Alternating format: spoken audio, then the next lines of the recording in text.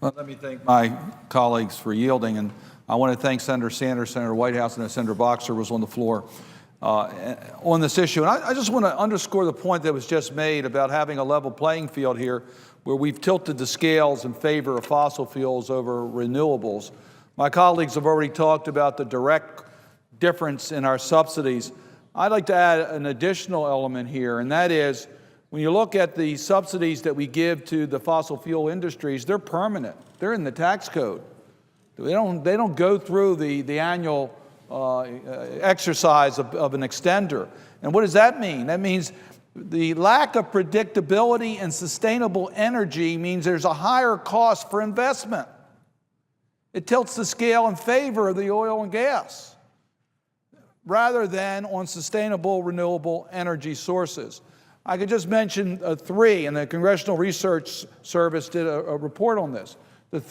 Just three of the provisions that benefit the oil industry: the excess of percentage over cost depletion, the expensing of exploration and development costs, and the amortization of geological and geophysical expenditures. Just those three provisions that are permanent in our tax code between 2010 and 2014 will cost the taxpayers over $10 billion.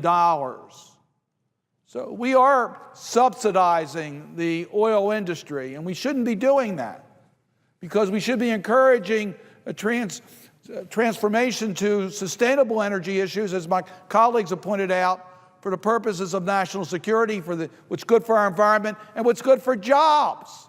This is about jobs. And that's why we can't go home until we've extended the tax provisions, particularly 1603, but other of the energy-related sustainable energy provisions. I want to talk just one moment, if I might, about the production tax credits that we need to extend, because I want to talk about one specific project in Maryland on a brownfield site that we're dealing with waste to energy. Now, some might say, okay, well, that doesn't expire until 2013. But here's the problem. You have to have it in production by that date. And on a waste to energy project, it's not going to be in production by that date. So if we don't extend it this month, the project will be at a standstill in Baltimore.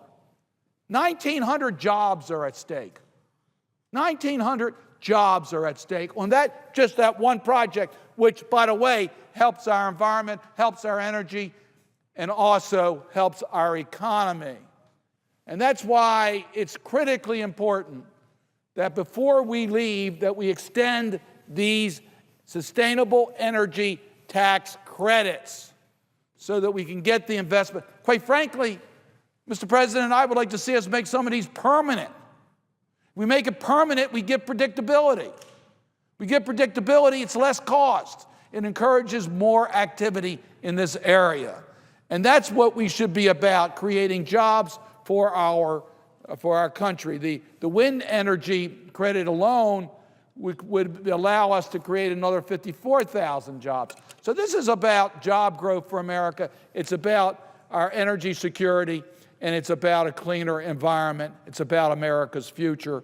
And that's why we have taken the time here today to point out to the American people that Congress needs to make sure that it's acted on these areas before we adjourn for the year. We owe that to the people of this country. And with that, Mr. President, I will yield to my friend from Vermont.